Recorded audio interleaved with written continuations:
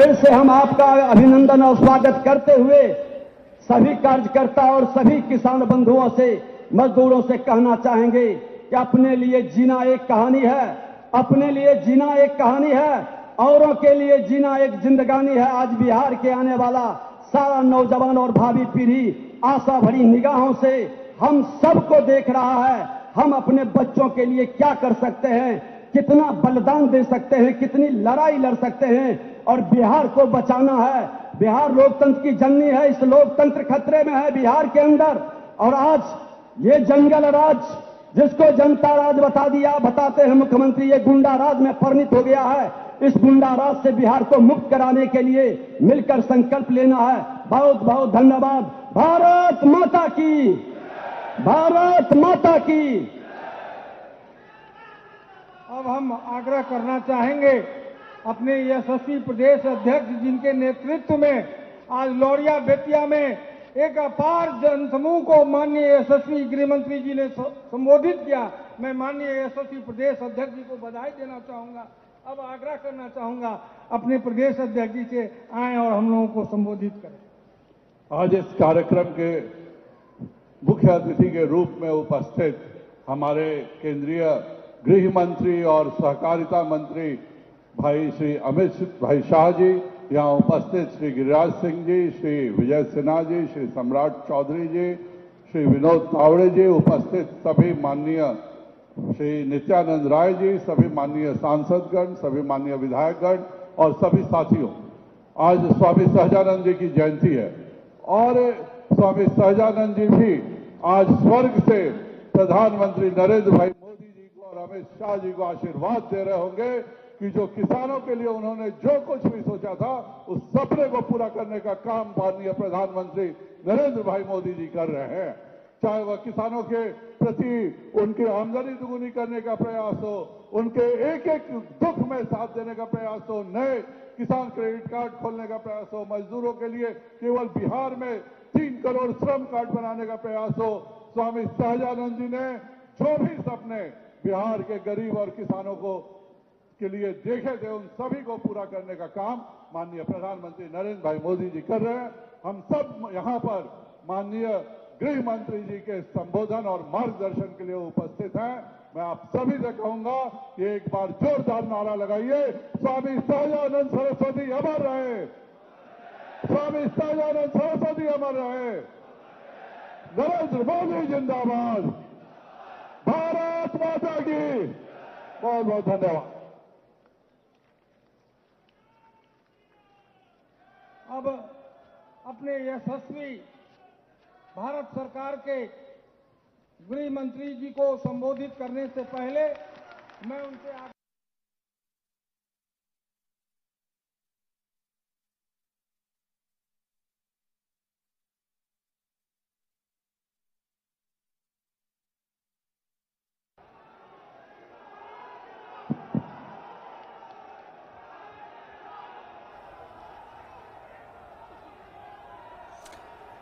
तो बड़ी संख्या में मेरे साथ बोलिए, भारत माता की। अरे भाई क्या आवाज निकाल रहे हो, ऐसा नहीं चलेगा। यहां से मोदी जी तक आवाज जानी चाहिए कि आज सहजानंद सरस्वती जी की स्मृति में पूरा सभागार एकत्रित आया है किसान मजदूर समागम में। मेरे साथ दोनों हाथ उठाइए, उठाइए दोनों हाथ। यहां पूर्ण बहुमत के सरकार के संकल्प का मुट्ठी बींचिए और प्रचंड आवाज से बोलिए, भारत माता की, भारत माता की, भारत माता की। मंच पर उपस्थित हमारे प्रदेश अध्यक्ष डॉक्टर संजय जायसवाल जी, कार्यक्रम के संयोजक और सांसद श्री विवेक ठाकुर जी, श्री विनोद तावड़े, हमारे राष्ट्रीय महासचिव जी, श्री गिरिराज सिंह, केंद्रीय ग्रामीण विकास मंत्री श्री, श्री नित्यानंद राय जी, केंद्रीय गृह राज्य मंत्री जी, अश्विनी चौबे जी, केंद्रीय मंत्री जी, हमारे वरिष्ठ नेता और सांसद श्री सुशील मोदी जी, श्री राजकुमार चाहर जी, श्री रविशंकर प्रसाद जी, श्री रामकृपाल यादव जी, श्री हरीश द्विवेदी जी, हमारे दोनों सदन के नेता श्रीमान विजय सिन्हा जी, श्रीमान सम्राट चौधरी जी, मंच पर उपस्थित सारे विधायक, सांसद, पार्टी के पदाधिकारी और आज इस सभागार में, बापू सभागार में उपस्थित बिहार के कोने कोने से आए हुए स्वामी सहजानंद जी को श्रद्धांजलि देने के लिए आए हुए सभी किसान मजदूर भाइयों को मेरा प्रणाम, नमस्कार। मित्रों, आज पाटलिपुत्र की ये महान भूमि पर जहां चंद्रगुप्त मौर्य और आचार्य चाणक्य ने भारत का पहला साम्राज्य बनाने का सफल प्रयास कर परिणित किया, वो ही जगह जहां से सम्राट चंद्रगुप्त और सम्राट समुद्रगुप्त ने अफगानिस्तान से लेकर लंका तक एक मुश्त भारत का साम्राज्य बनाया। वो मगध साम्राज्य की ऐतिहासिक राजधानी पाटलिपुत्र पर आप सभी को मैं प्रणाम करना चाहता हूं। मित्रों, आज मैं यहां आया हूं सहजानंद सरस्वती जी की जयंती के उपलक्ष्य में उनको प्रणाम करने और उनके संदेश को फिर से एक बार बिहार के हर किसान, हर मजदूर तक पहुंचाने का ये विराट प्रयास है, उसमें मैं उपस्थित होने के लिए आया हूं। भाइयों और बहनों, कहते हैं कि सोने जैसी चमक पानी है तो भट्ठी में सोने की तरह अपने आप को गलाना होता है। अगर ये उक्ति को किसी एक जीवन से जोड़कर देखना चाहिए तो वो स्वामी सहजानंद सरस्वती जी के जीवन के लिए बनी हुई थी। ये सन्यासी ने अंग्रेजों के साम्राज्य के खिलाफ संघर्ष किया। छोटे छोटे किसानों के नेता ने जमींदारी प्रथा का विरोध किया। इसके साथ साथ हर मजदूरों का नेतृत्व किया और जाति, धर्म, पंथ, संप्रदाय से ऊपर उठकर सारे देश के किसानों को एकत्रित करने का काम स्वामी सहजानंद सरस्वती ने किया। बिहार को अपनी कर्मभूमि बनाकर अंग्रेजों के खिलाफ स्वातंत्र संग्राम का नेतृत्व किया और गरीबों को एकत्रित कर जमींदारी के खिलाफ, चाहे स्वजाति के जमींदार हो, उनके खिलाफ भी उन्होंने बड़ा आंदोलन कर एक जागरूकता लाने का प्रयास किया। मित्रों, सहजानंद सरस्वती जी के लिए बहुत सारे लोगों ने बहुत सारा कहा है, मगर बहुत कम लोगों को मालूम होगा कि सहजानंद सरस्वती और सुभाष बाबू दोनों अंतरंग रूप से जुड़े हुए थे, एक ही विचारधारा से जुड़े हुए। आदि शंकर के 10 नामी सन्यासी अखाड़े के दंडी सन्यासी होने के बावजूद आजादी के आंदोलन में उन्होंने मुखर कर हिस्सा लिया। जब जमींदारों द्वारा जबरन किसानों से कर वसूला जाता था, तब उन्होंने नारा दिया था, कैसे लोगे माल गुजारी, लठ हमारा जिंदाबाद, और जमींदारी के खिलाफ बहुत बड़ा आंदोलन किया। और स्वामी जी ने उस वक्त कहा था, जो अन्न वस्त्र उपजाएगा अब वो कानून बनाएगा, यह भारतवर्ष उसी का है, अब वही शासन चलाएगा। खेत में मजदूरी करने वाले किसान और मजदूर भाई को भारत की सभी प्रकार की व्यवस्थाओं में केंद्र बिंदु लाने का काम उन्होंने किया था। और उनके लिए रामधारी सिंह दिनकर ने एक बहुत अच्छी उक्तियां लिखी है। वह आया जैसे जल ऊपर आए फूल कमल का, वह आया भू पर आए जो सौरभ नवमंडल का, आया है जैसे सावन के आते मेघ गगन में, आया है जैसे आता कवि सन्यासी मधुबन में। ये श्रद्धांजलि बहुत ठीक तरीके से सोच समझकर रामधारी सिंह दिनकर ने सहजानंद स्वामी जी के लिए कही और आज यही सहजानंद स्वामी का बिहार प्रदेश जिस प्रकार की गर्त में जा रहा है, इसको बाहर निकालने के लिए हम सब ने इकट्ठा होकर संघर्ष करना है। मित्रों, आज बिहार के अंदर जिनका पूरा जीवन जेपी से लेकर आज तक कांग्रेस का विरोध करते हुए गया, वो नीतीश बाबू केवल और केवल प्रधानमंत्री बनने के लोभ में सोनिया जी की शरण में जाकर बैठे।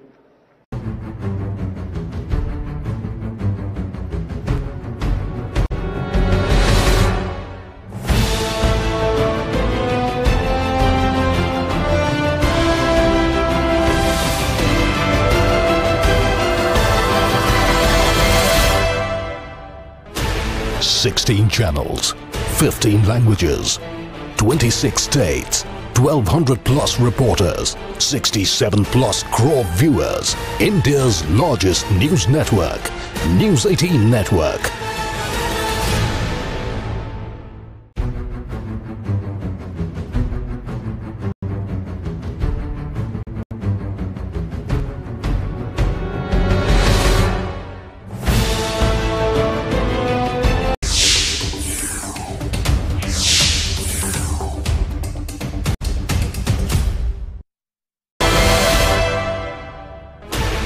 Sixteen channels, 15 languages, 26 states, 1,200 plus reporters, 67 plus crore viewers. India's largest news network, News 18 Network.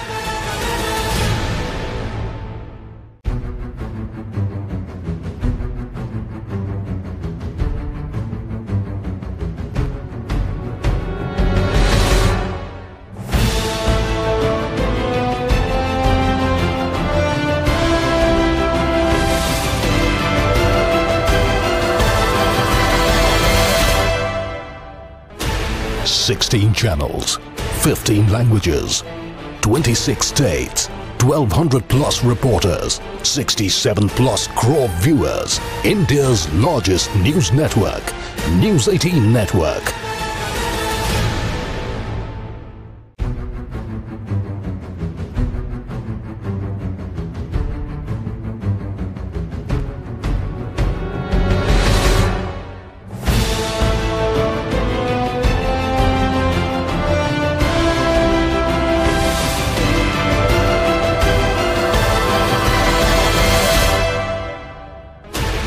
Sixteen channels, 15 languages, 26 states, 1,200 plus reporters, 67 plus crore viewers. India's largest news network, News 18 Network.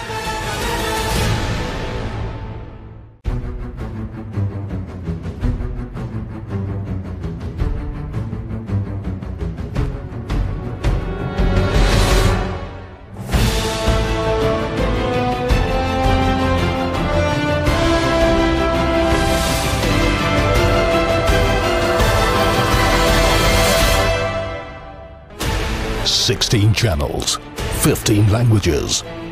से संतोष नहीं है, हर 3 साल में उनको प्रधानमंत्री बनने का स्वप्न आता है। अरे नीतीश बाबू, आपको जिसने स्वप्न दिखा दिया, उन लोगों ने आपको गलत रास्ते पे ले गए। आपको मालूम नहीं, वहां तो जगह भरी पड़ी है। देश की जनता 24 में फिर से एक बार नरेंद्र मोदी जी को प्रधानमंत्री बनाने और अब आपने जब वादा कर ही दिया है कि लालू जी के बेटे को आप मुख्यमंत्री बनाएंगे तो भला तिथि बता दो बिहार वाले को। भैया किसान भाइयों बताओ, बतानी चाहिए या नहीं तिथि? जरा जोर से बोलो, बतानी चाहिए नहीं? मगर नहीं बताएंगे क्योंकि उनको भी मालूम है कि नहीं बनना है, बाद में लालू जी के साथ भी धोखा करना है। भाइयों और बहनों, एक जमाना था जब बजट आता था, तब बजट के अंदर टैक्स में कितना रिलैक्सेशन मिला इसी की चर्चा होती थी। मोदी जी ने आकर बजट के केंद्र बिंदु में किसान को लाने का काम किया। 2014 में मनमोहन सोनिया सरकार थी, लालू जी की सरकार थी, तब कृषि का बजट 25,000 करोड़ रुपया था। ध्यान से सुनना, 25,000 करोड़ 2014 में। कितना था? जोर से बोलो, कितना था? और इस बजट में कृषि के लिए बढ़ाकर 1,25,000 करोड़ रुपया देने का काम ये देश के प्रधानमंत्री ने। यही बताता है कि देश के प्रधानमंत्री जी ने बजट के केंद्र बिंदु में कृषि को लाकर रख दिया है। देश का हर किसान, चाहे सीमांत किसान हो, छोटा हो, बड़ा हो, हर एक के बैंक अकाउंट में 6,000 रुपया सालाना डीबीटी से सीधा पहुंच जाता है। और छोटा किसान जो किसानी करता है 2.5 एकड़ से कम, उसको किसानी का खर्चा ही 6,000 होता है, जो खुद मजदूर बनकर अपने खेत में किसानी करता है। मोदी जी ने ऐसी व्यवस्था करी है कि उसको ऋण ही न लेना पड़े। इसके साथ साथ एग्रीकल्चर के क्षेत्र में स्टार्टअप की व्यवस्था करी है। और मोदी जी ने अब जो बारिश के आधार पर खेती करते हैं, ऐसे किसानों के लिए श्री अन्न मोटे अनाज की योजना भी लागू करी है। अब हमारा मोटा अनाज, चाहे बाजरा हो, चाहे ज्वार हो, चाहे मक्का हो, चाहे रागी हो, वो देश और दुनिया के बाजार में जाएगा। और जिनके पास इरिगेशन की व्यवस्था नहीं है, वो सारे किसानों की आज बहुत बड़ी आवक इससे होने वाली है। माताओं, भाइयों, बहनों, भारतीय जनता पार्टी की सरकार ने सहकारिता के माध्यम से 2 लाख पंचायतों में सहकारी डेयरी बनाने का संकल्प किया है। डेयरी एक बार बनती है तो बहनों के माध्यम से ही पूरे घर का खर्चा चलता है। डेयरी के लिए सबसे उपयुक्त जगह बिहार, भूमि है, पानी है, मेहनतकश किसान है। डेयरी यहां देश में सबसे अच्छी बन सकती है, चल सकती है।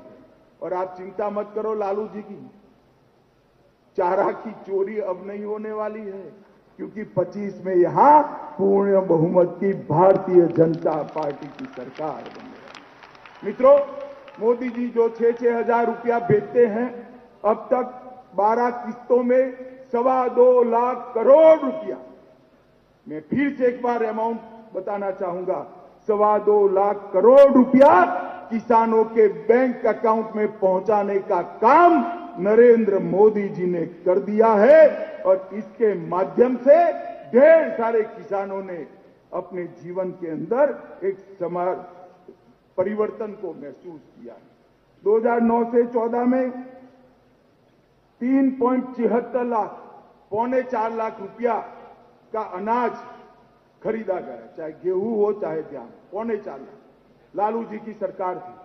और 14 से 19 में 4.25 लाख की जगह 8 लाख करोड़ के गेहूं और धान को खरीदने का काम ये भारतीय जनता पार्टी की सरकार ने किया। मगर बिहार के किसानों को इसका फायदा नहीं होता है। अब जब भारतीय जनता पार्टी की सरकार बनेगी तभी होगा। नीम कोटेड यूरिया मोदी जी लाए जिससे काला बाजारी हो। अभी मैं बीच में देख रहा था, लालू जी के बेटे बता रहे थे कि यूरिया कम आ रही है। 1.5 गुना यूरिया बिहार को भेजा है भारत सरकार ने। ये नीतीश और लालू के राज के अंदर इसकी काला बाजारी हो रही है, इसलिए किसानों को यूरिया नहीं मिल रहा है। 1.5 गुना यूरिया हमने किसानों को भेजने का काम ये भारतीय जनता पार्टी की सरकार ने किया है। नैनो यूरिया का कारखाना भी अब झारखंड में देवधर में बन रहा है। पूरे बिहार को एक ही बोतल में यूरिया की पूरी बैग मिल जाएगी, इस प्रकार की व्यवस्था हमने की है। सॉइल हेल्थ कार्ड की भी व्यवस्था की है, राष्ट्रीय सुरक्षा मिशन भी चलाया है और प्रधानमंत्री कृषि सिंचाई योजना के माध्यम से 1 लाख करोड़ रुपया कृषि के अलावे सिंचाई के लिए खर्च करने का काम भारतीय जनता पार्टी की सरकार ने किया है। मित्रों, ढेर सारे काम बिहार के अंदर विकास के मोदी जी ने शुरू किए हैं, मगर नीतीश जी उसको रोक कर बैठे हैं। मैं आज बिहार की जनता को इस समागम के माध्यम से अपील करने आया हूं कि एक बार आप डबल डेकर डबल इंजन सरकार बना दीजिए। ऊपर नरेंद्र मोदी जी है ही,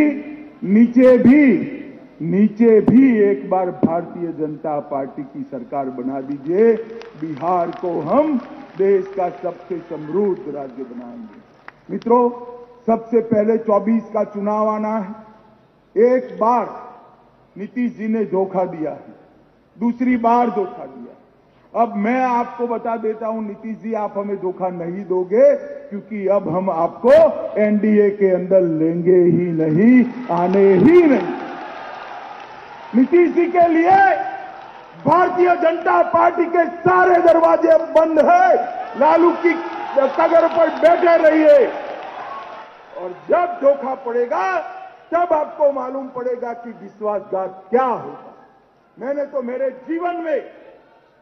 जीवन में इतना झूठ बोलकर दल बदल करने वाला व्यक्ति ही नहीं देखा। मित्रों, इस बार लोकसभा के चुनाव में एक स्पष्ट मैसेज दीजिए।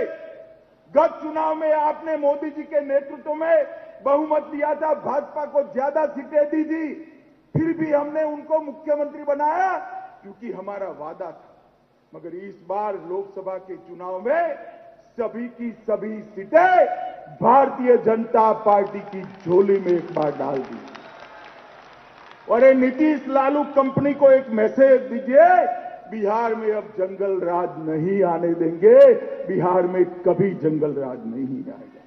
मित्रों, आज जब मैं यहां आया हूं तब सभी किसान मजदूर भाइयों को इतना कहना चाहता हूं, स्वामी सहजानंद सरस्वती जी के जो विचार किसानों के लिए थे, मजदूरों के लिए थे, वो विचार और कोई पूरा नहीं कर सकता, केवल और केवल देश के प्रधानमंत्री नरेंद्र मोदी जी पूरा कर सकते हैं। नरेंद्र मोदी जी के हाथ मजबूत करिए और फिर से एक बार 2/3 बहुमत के साथ उनको भारत का प्रधानमंत्री बनाएं। आप बताइए किसान भाइयों, मोदी जी को फिर से प्रधानमंत्री बनाएंगे? अरे जोर से बोलिए, बनाएंगे? बिहार की सभी सीटों पर कमल खिलाएंगे? बिहार में पूर्ण बहुमत की भाजपा सरकार बनाएंगे? तो मेरे साथ दोनों हाथ उठाइए, पूर्ण बहुमत के संकल्प का मुट्ठी बींचिए और प्रचंड आवाज से बोलिए, भारत माता की, भारत माता की, भारत माता की, वंदे वंदे वंदे।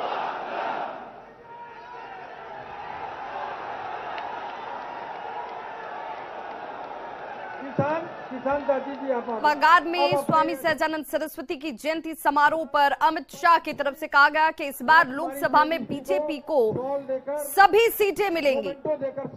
बिहार को विकसित राज्य में हमें लाना है और यही संकल्प हमारा है। एक बार जोरदार ताली बजाएं तो आदियों की गड़गड़ाहट से हॉल गुंजायमान होना चाहिए। अब हम आग्रह करना चाहेंगे देवेश कांत सिंह जी से, आप आवे और अपना धन्यवाद ज्ञापन का उद्बोधन करें। स्वामी सहजानंद सरस्वती जी के जयंती समारोह पर आयोजित किसान मजदूर समागम में उपस्थित आज के राष्ट्रवादी भारत के नए चाणक्य और लौह पुरुष भारत सरकार के माननीय गृह मंत्री और सहकारिता मंत्री श्री अमित शाह भाई जी का इस किसान मजदूर महासम्मेलन में किसान मजदूर और भारतीय जनता पार्टी के बिहार प्रदेश के आए हुए सभी कार्यकर्ताओं के तरफ से मैं हार्दिक अभिनंदन के साथ धन्यवाद देता हूं और आभार व्यक्त करता हूं। यहाँ पर आने से आपने हमें मार्गदर्शन दिया, आपके आने से हमें जो प्रेरणा मिली और आपके इस प्रेरणा की वजह से हम 2024 तो 25 भी भगवा ध्वज फहराएंगे और भारतीय जनता पार्टी की स्पष्ट बहुमत बिहार की सरकार में बनाएंगे। जय हिंद, भारत माता की, भारत माता की, वंदे वंदे, अमित शाह जिंदाबाद। नमस्कार, धन्यवाद। कार्यक्रम की समाप्ति की घोषणा की जाती है। तो बापू सभागार में किसान मजदूर समागम की तस्वीरें आप देख रहे थे, जहां पर स्वामी सहजानंद सरस्वती की जयंती समारोह में अमित शाह ने एक बार फिर से नीतीश सरकार को चुनौती दी। उन्होंने कहा कि देखिए, आने वाले 2024 में हम एक बार फिर से सरकार बनाने जा रहे हैं और 2025 भी बिहार को अब अग्रगणी राज्यों में शामिल करना हमारा संकल्प